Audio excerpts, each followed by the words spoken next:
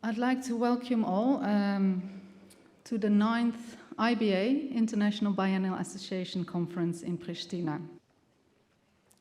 So after Berlin, Sharjah, Milan, Yokohama, Cochin in India, and Santiago in Chile, and 2 online editions in the past 2 years due to the pandemic, Manifesta 14 in Prishtina is very pleased to be able to physically host the IBA network and of course all our guests here from Kosovo and region to this conference, the 9th edition in Prishtina. My name is Marieke van Hal. I'm Head of Research and Development at Manifesta and a strong believer in the potential of biennials. I will keep it short because we have many people speaking in this morning and we have 2 interesting days ahead. So today we start with introductions, 1 panel discussion and a special keynote address from New York from Pablo Elguera until around noon. So the public program today is until around noon. And then tomorrow we have 2 more very interesting panel discussions here at Kino Armata. During the conference, I'd like to kindly ask you to put your phones on silent. And of course, the conference can also be followed online via live stream. The link is in the program, so you can text your friends abroad that they can follow everything from elsewhere. I'd like to warmly welcome Hoor Qasimi, President of the IBA.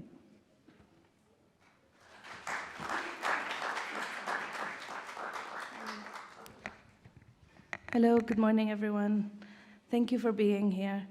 As President of the International Biennial Association, it's an honor and privilege to welcome you to the first day of the public conference of our 9th General Assembly, which has been made possible by the Manifesta Foundation and the city of Prishtina.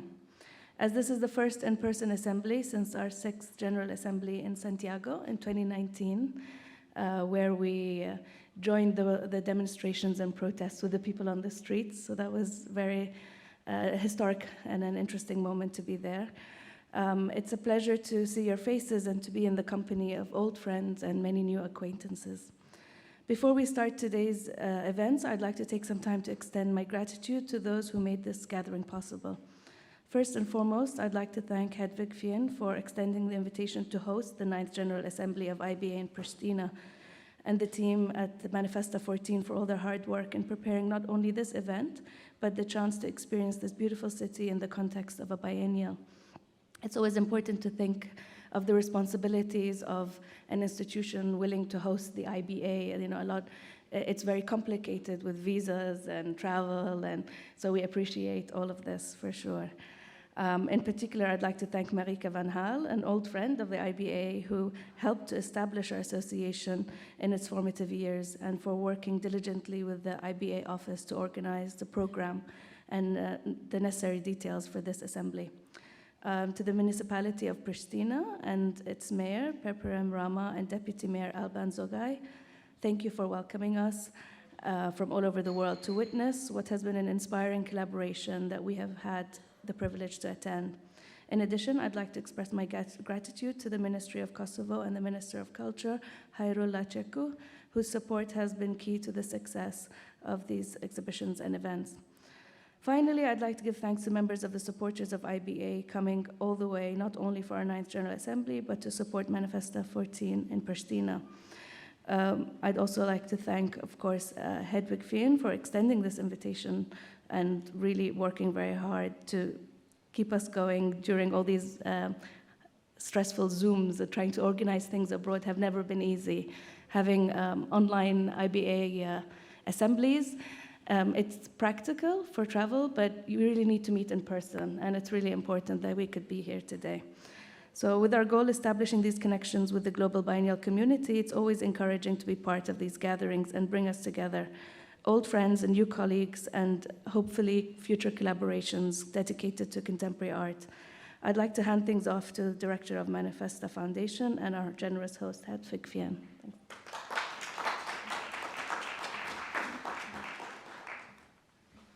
Thank you so much, Hoor, for your wonderful words.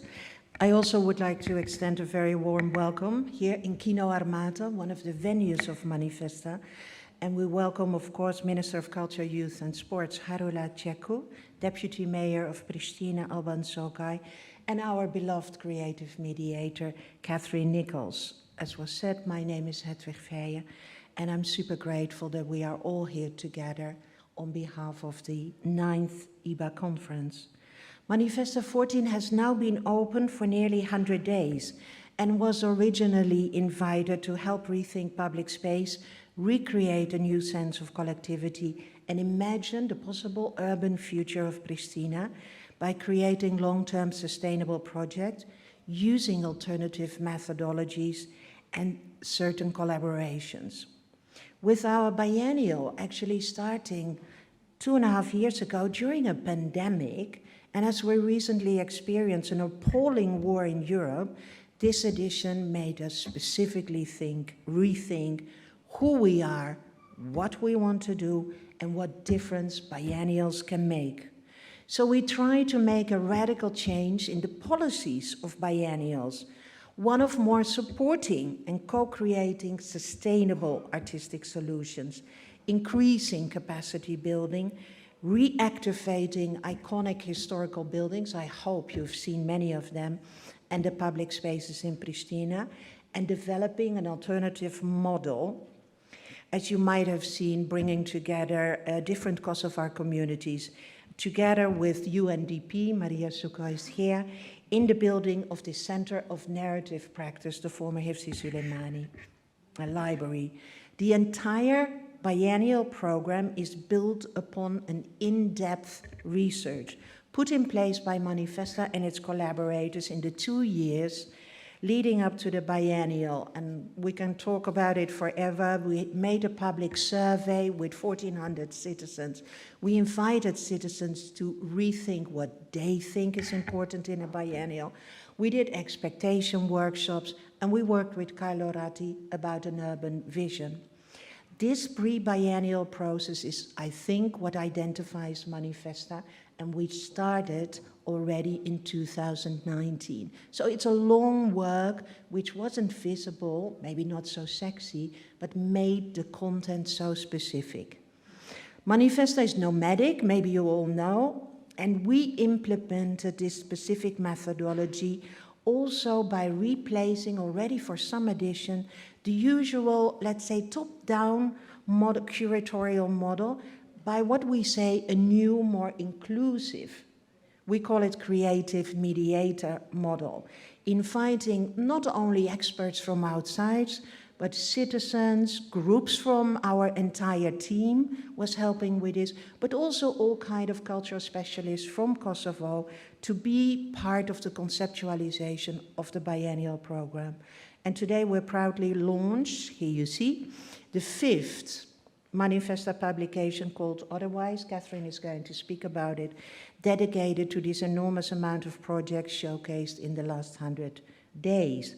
Under the title, It Matters, What Worlds, How to Tell Stories Otherwise, Catherine will say a little bit more about the artistic program and how it explores and generates new practices and modes of collective storytelling.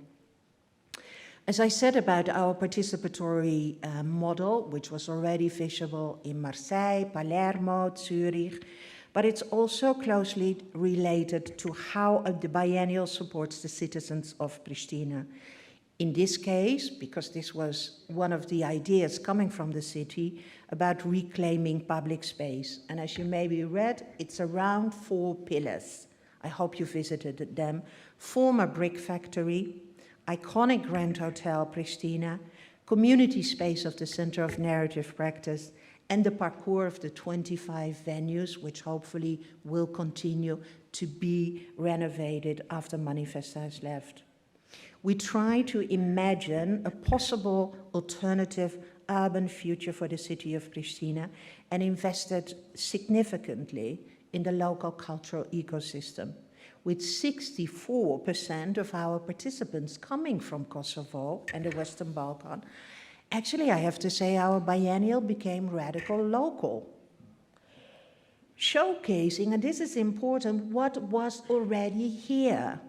the wealth of dynamic culture which Manifesta was allowed to showcase to the outside world, and hopefully also put on the pedestal that culture can serve as a motor, maybe for the mayor and the minister, for social economical growth, as well as, of course, personal growth. We're especially proud of our education and mediation team. It's a large team of more than 15 people who uses participatory methodologies to develop 3 major programs, always together with communities and residents in Prishtina. They will tell more about it today. Each of those programs is focused on creating new forms of knowledge production, proposing art and culture as a system of divergent thinking, encouraging reflection and facilitating communities to be together, especially important in this country. We started a mediation school, resulted, hopefully you met the mediators, resulted in 5 different mediator tours involving 25 venues around a parcours. And these tours are free for everybody.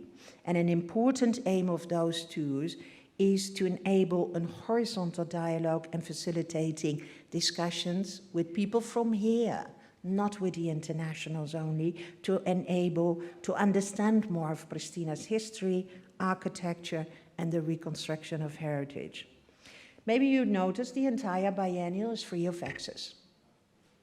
So this resulted, and we're super proud of it, that more than 150 times the venues were visited, indoors, and outdoors more than 600 visits were calculated.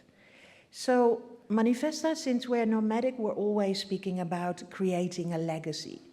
What is left behind when we move forward? So we made an exception. We stay. We leave the foundation here. We continue with the Center of Narrative Practice, the former Hifzi Suleimani, and together with the municipality and the ministry and UNDP, we hope to create it into a permanent institution.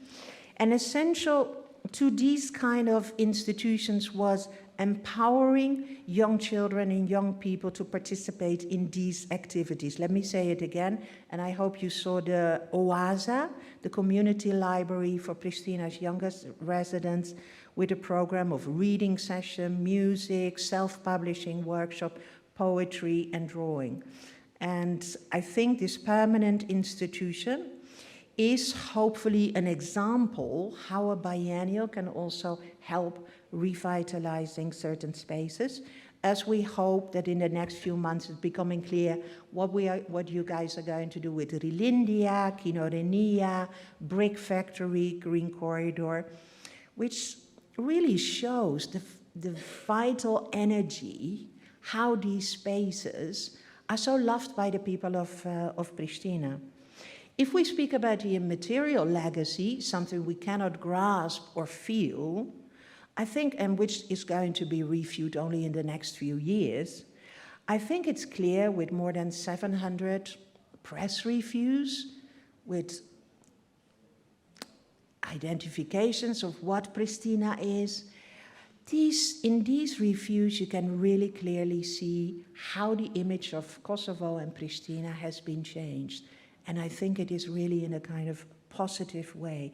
And this is, with this in mind, Hoor, I really would like to thank you for your decision and the board's decision of the International Biennial Association for choosing Pristina and Kosovo as the host for the 9th Assembly. It's very important that everybody comes here because, as you know, with the visa regulations, not so easy for people to go abroad. So thank you again for this decision. Also would like to thank all the speakers in this conference and everybody who is coming here. I see the room is full to participate. And please ask questions and give your ideas and give your notions or your experiences, even critically. That's very important.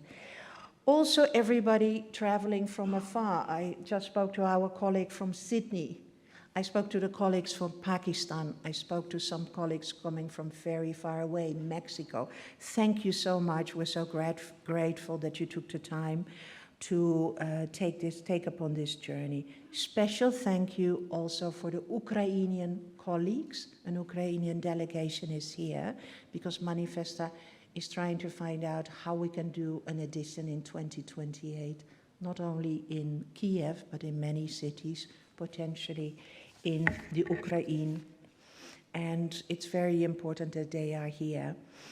We are hopefully focusing on very important urgent issues in the next panels and the focus groups this afternoon, like art activism, reconciliation processes in conflict areas, and the role of biennials in times of conflict. And I look very much forward to sharing and learning from all of you and each other. We should really the most fruitful days and constructive discussions and debates. Thank you so much.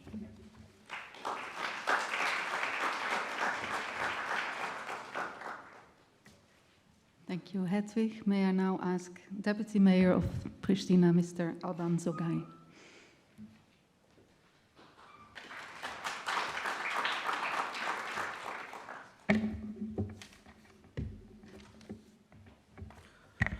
Well, thanks a lot. I'm really honored to be here with you today. And on behalf of capital city of Prishtina, I welcome everyone to this great conference. So President Qasimi, Hedwig, thanks a lot, Mr. Minister, distinguished guests, please allow me to first extend my warmest welcome to our guests who have traveled from all over the world to be here with us today. Dear IBA members and the President, welcome to Prishtina, welcome to Kosovo, and enjoy our city these days. We have a wonderful weather in this October. Enjoy Manifesta 14, enjoy our food, enjoy our city. Dear Manifesta team, thank you for giving me the opportunity to join you at this General Assembly of the International Biennial Association. We are a new country, but old in our traditions and cultural heritage. The majority of our population is under 25, and they are resilient, talented, spirited, and given the opportunity, they shine in the world stage as well, be it in arts, in film, sports, or the IT sector. As a deputy mayor of our capital city, I have had the chance to witness this summer some of the amazing work that took place in our institution, in our city, and together with Manifesta 14 staff to make the Biennale happen in time. It was no minor undertaking in such challenging times. The pandemic, the post-pandemic time, changing of local governments due to elections, and I sincerely congratulate everyone involved, the Manifesta team and their staff, local and international, for their incredible vision and for putting their efforts together and showing everyone how it is done and how it's done very well. The raving reviews have certainly put our city, Prishtina, on the map as a worthy destination for the art scene, and we plan to maintain this reputation, so thanks a lot for this. It is true that we lack some of basic infrastructure for the arts, such as museums, halls, centers for artists to come together and create. But in spite of that, we have learned through Manifesta 14 that art exhibitions, performances, and shows are not just for a selected few who visit the museums, but they can be merged with our community spaces and brought closer to the people. The interventions in our former brick factory and the revitalized Hifzi Süleymani library brought art and workshops and exhibitions to the people in those neighborhoods, engaging through storytelling and sharing our common experiences. Hifzi Süleymani was one of the most loved sites for my children as well. They were mainly asking to go there and read and draw. These interventions are serving as sinew and link for our communities, and most importantly, they can serve as platforms to tell stories, to retell stories differently, and as an educational models for long-term implementations in our educational system. The collective storytelling in a post-war country like ours, it's not only healing, it is educational and necessary. The young generations born after the war can interpret and learn from the past, creating new narratives for themselves and for the generation through arts and interactions in community spaces, and thus becoming more apt to deal and adopt with a rapidly changing world. Manifesta 14 in Prishtina did a lot to promote and bring forth in the new practice and modes of collective storytelling as a method of connecting and communicating. Now we pose the important question of how do we continue this legacy forward and what we can do to implement in our education system and to ensure its longevity. For us as an institution, as a capital city of Kosovo, it is crucial to focus on the long-term impact of the groundbreaking work we have started with Manifesta 14. Projects like the former brick factory and the revitalized former library, now Center for Narrative Practice, will continue to be here, serving as examples of what can be done with the rest of the city and neighborhoods. Cities are becoming even more important as nodes connecting the global economy. The art world is an integral economical factor, bringing in visitors and tourists to experience the local flavors of our tradition, cuisines, and venues, and experience the art scene from up close. For us, this also means that we have to shift perspective and priorities in our local government planning to support these undertakings as a necessity for our success. While Manifesta 14 did help Prishtina to transform itself, we believe Prishtina helped Manifesta become a true platform for our urban renewal and developing cities such as ours. So thank you once again, and I do look forward to hearing from you and learning from your experiences of biennales in your countries. Thank you so much once again. Thanks a lot.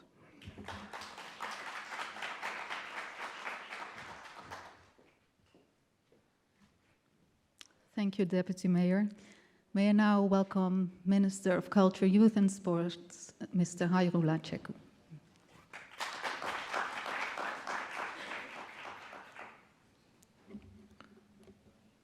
Dear IBA President Qasimi, dear members of the International Biennial Association, directors of institutions and biennials, art professionals, dear Deputy Mayor Zogaj, dear Hedwig and Catherine, dear speakers, ladies and gentlemen, I am very lucky to be here today and must say very pleased that Kosovo is hosting the 9th General Assembly of the International Biennial Association. It is an honor for us to be receiving such an important body of art professionals and treat an interesting topic such as creating biennials in conflict and post-conflict areas and times. Kosovo, as a post-conflict area with 22 years of post-war development, should be able to provide some substantial insights and ideas on how to approach this issue. But also it's an outstanding opportunity to understand approaches from speakers of other post-conflict or conflict areas. I'm also pleased that among us we have a delegation of art professionals from Ukraine. From our experience, I can say that rebuilding and restarting from ruins of war is not an easy task. But your resilience and courage lets us understand that you will overcome it. We hope for the war to come to an end soon, and we emphasize that people of Kosovo will be by your side in helping you rebuild your country. During this year's Venice Art Biennial, the Kosovo Pavilion was next to the Ukrainian one. For all of those who have seen the exhibit, I believe it was a message of hope. The Ukrainian pavilion was dark, quiet, and haunting, to reflect the current situation in the Ukraine. Kosovo Pavilion was bright, full of vibrant colors and filled with life. I hope that soon Ukraine will also pass a bridge from dark to light, the same way Kosovo did years ago, and to welcome you in a bright and joint future. There is a clear momentum right now for Kosovo in the field of visual arts. So many Kosovar artists have reached the heights of the world of art. The independent art scene is booming. We are currently hosting Manifesta 14 Prishtina, which has proven an extraordinary episode for the art scene of Kosovo. The Museum of Contemporary Art will soon be established, and the fit building for it is in the plans. And today we have in-house the biggest biennials of the world, for which I would like to thank Ms. Hedwig Fijen for her endeavor in bringing this assembly to Prishtina. Now, as we are approaching the final days of Manifesta 14 Prishtina, we are looking into possibilities of extending the collaboration with Manifesta organization, since it has been a great partnership in collaborating with the wonderful international and local team behind the organization. I invite you all to get the most of Prishtina and Manifesta exhibitions in 25 venues around the city and experience the spirit of this place. Thank you very much.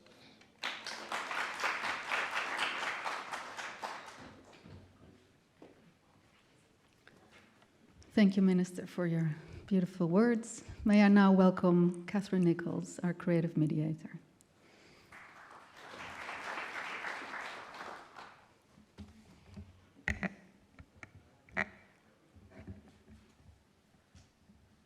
Otherwise, it's a word, an idea, a beginning of sorts, something you can carry around with you. I took it with me on a plane to Prishtina in August 2021. No doubt you always have it along with you too, when you move from one place to another, shift your weight from one foot to the other, or think from A to B and maybe back again. Otherwise, somehow I was more aware of its presence on this journey, traveling to this place at this point in time. You know how words sometimes make themselves noticed?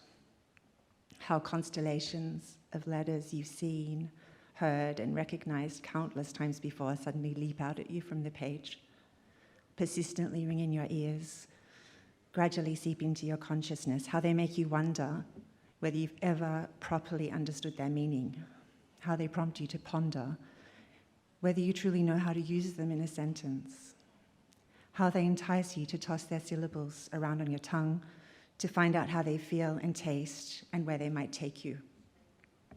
That's what happened to me with otherwise. That adverb, adjective, conjunction, noun, that breath of fresh air, more invitation than threat, that promise of alterity meandered out of Old English centuries ago and lingered. Sometimes I guess it's random when words muscle their way into your mind like that, or at least it seems that way, but this time, however, it wasn't.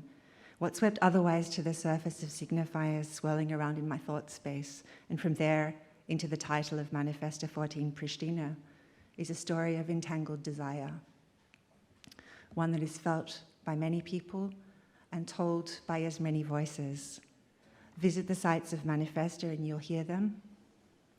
Look at the works and you'll begin to discern how those voices came to be there, to be here, thinking together about the transformative potential of collective storytelling and our capacity to world worlds otherwise.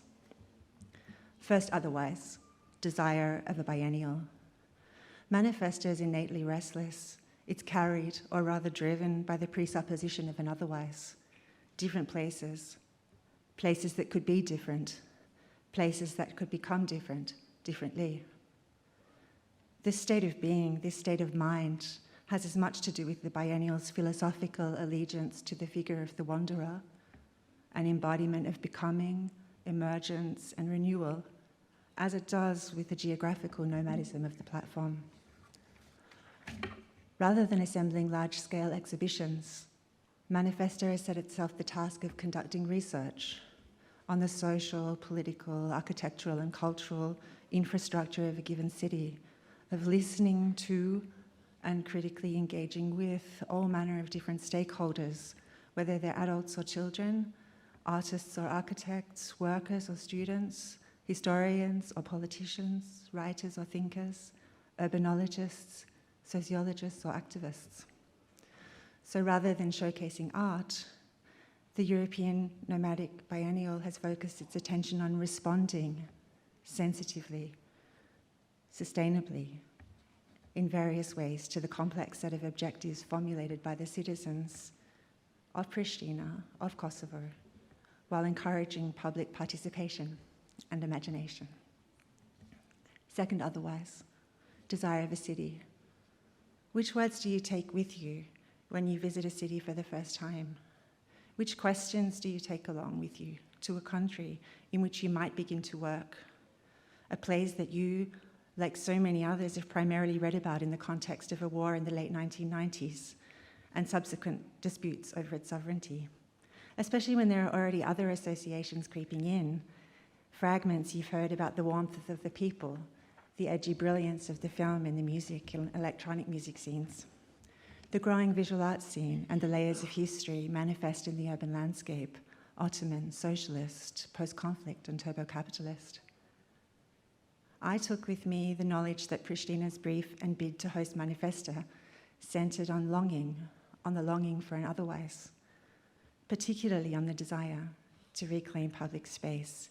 In Prishtina, there was a really strong urge to counter the stifling post-conflict cycle of privatization, abandonment, and decline, and to address an ongoing reluctance among its population to engage with what might be or what might become the public realm.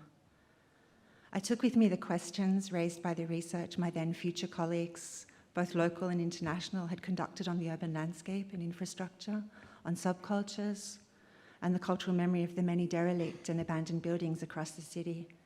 Many of the sites were researched by CRA, Colorati Associati, and MIT Sensible Lab as part of the Urban Vision, and some would become venues along the parcours. I took with me audio and video recordings documenting how before and after the bid to host Manifesta, people from across the cultural landscape and civil society had come together to debate with considerable vehemence and occasional vitriol what such a large-scale international project could bring to or take away from the city. I took with me the lack of consensus on the scope of a biennial for supporting or strengthening existing processes of social and urban transformation or instigating new ones. I took with me some insight into the ideas that local people had for different sites, the projects they were already working on, and the question of how a research-based biennial program could be beneficial in the short and long term. And finally, I took with me the knowledge that people in Prishtina wish not only to reclaim public space, but also to expand and strengthen forms of participatory democracy, to extend the cultural infrastructure beyond the boundaries of the inner city, to establish and maintain spaces for well-being, to improve diversity and inclusivity in the cultural fields, to reduce pollution and to make the city greener. These are desires Prishtina shares with large parts of the world, especially with regions where urban development have evolved in post-conflict societies and crisis zones. As urbanist Hajrulla points out, for all its unique qualities, Prishtina is everywhere. Third, otherwise, desire of a country.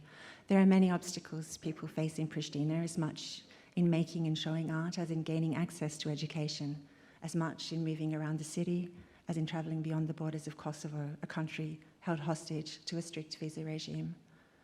The more time I spend in Kosovo, the more I understand the ambivalent experiences people have undergone in their attempts to reclaim and sustain any kind of hold on public space. The more I move around here, the more I appreciate the widespread frustration at the lack of cultural institutions and scant resources, the stifling familiarity of insularity, and the urgent desire for cultural encounter. The more I listen, the more I sense people's aspiration to acknowledge and yet not be solely defined by post-conflict narratives, and their will to situate the richness and complexity of local stories at the heart of this biennial and of stories to come. Fourth, otherwise, a desire of mine to be able to listen like the architects Anne Lacaton and Jean-Philippe Vassal, to be able to design, to construct something, a program, in the same spirit, something that is generous, open, that allows in more light from outside, makes more room for the creativity, experience, knowledge, and desire of everyone who actually lives in the place. I'm thinking specifically of how Lacaton and Vassal approached their collaboration with the residents of the Cité du Grand Parc in Bordeaux. That's the project in which they added winter gardens, balconies, and other outdoor spaces to a building designed by Le Corbusier to improve quality of life. The two architects and their team began by visiting and by interviewing the inhabitants of the 530 dwellings comprising the G, H, and I blocks of the social housing complex. They approached the task they had been set by listening, by learning, and adjusting their eyes to be able to take in and to respond sensitively to the complexity of the place in which they'd been invited to work. I'm not an architect, of course, that's obvious, nor am I the least inclined to situate my work within that idiom. What inspires me, though, is their decision to prioritize attunement, to think about their engagement with and their contribution to existing structures from the inside out, to draw out the stories of the inhabitants so that they might be the ones to tell their own stories otherwise. Fifth, otherwise, telling and listening to stories. As Hannah Arendt argued in many of her writings, and most famously in The Human Condition, storytelling forms the very basis of political thought and activity. I appear to you, and you appear to me, in the form of the narratives we tell each other, through our speech and through our action. It's storytelling that brings the public realm, the space between you and me, into being. It's storytelling that enables us to engage with one another and, in our inherent plurality, to act in concert to bring forth a common world. Being able to tell a good story, which in the present time of urgent crisis equates to a less deadly story, is no mere matter of historiography. It's a crucial strategy of survival. The challenge issued to us by the wonderful Donna Haraway in Staying with the Trouble is to co-produce, to co-develop good, or at least better, stories, tales of still possible recuperation that reach into, I quote, rich pasts to sustain thick presents, to keep the story going for those who come after. Under the title, It Matters What Worlds, World Worlds, How to Tell Stories Otherwise, Manifesta 14 has taken up the challenge of exploring and generating new practices and modes of collective storytelling. The Biennial has taken as its point of departure numerous micro, macro, and meta-narrative strategies to have emerged since the war in Kosovo as part of the process of coming to terms with trauma and loss and re-establishing active citizenship and political agency. It responds to the specific situations of post-conflict societies across the region and beyond in a comparative, discursive manner. And at the same time, it considers how these situations are entangled with the broader trouble we're in across the globe. It brings together voices from across the world to think together about how we can become more capable of response, about how we can collectively explore possibilities for repair and recuperation, whether from an ecological or an economic point of view, a political or a philosophical perspective. Last, otherwise, for now, the parcours. Manifesta 14 plunges you into the life world, into the dream world of Prishtina. To cite sociologist Avery F. Gordon, it lifts you off the sad and sunken couch that sags in just that place where an unrememberable past and an unimaginable future force us to sit day after day. So it lifts us off that couch and takes us to 25 places, most of which you, maybe all of you, even people from Kosovo, will have never been before. Manifesta 14 Prishtina introduces you to and invites you to become part of an emerging permanent institution, the Centre for Narrative Practice, which is unique to the European Nomadic Biennial and the beginning of a new chapter in its evolution. With its parcours, developed in close collaboration with Colorati as part of the long-term strategy to reclaim public space, the Biennial takes you from similarly large-scale, plurivocal, participatory interventions at the Grand Hotel Prishtina, the Green Corridor and the Brick Factory, to singular projects at the Relindia Press Palace, the Palace of Youth and Sports, the Prishtina Observatory, Kino Rinia, the Gamia Department Store and the Great Hammam, just to name a few. The Biennial brings you into contact with the works of 103 participants. It invites you to join them in thinking about themes of transition, migration, water, capital, love, ecology and speculation, to explore with them the archaeology of the sites with which they engage and to reimagine their future. And finally, the program exposes you to stories upon stories, beneath stories, as you move around the parkour, to the energy and voices of people in cafes, on park benches, in taxis, of people walking up the Mother Teresa Boulevard and back down again. There are people there who witnessed the war, or whose parents or whose grandparents witnessed the war, people who felt the effects of the privatization process and its stagnation, and people wondering and working at how to inject new life into a place, how to reclaim a public space, how to heal architectures of trauma, and how to make urban locations economically viable, ecologically sustainable, and socially inclusive.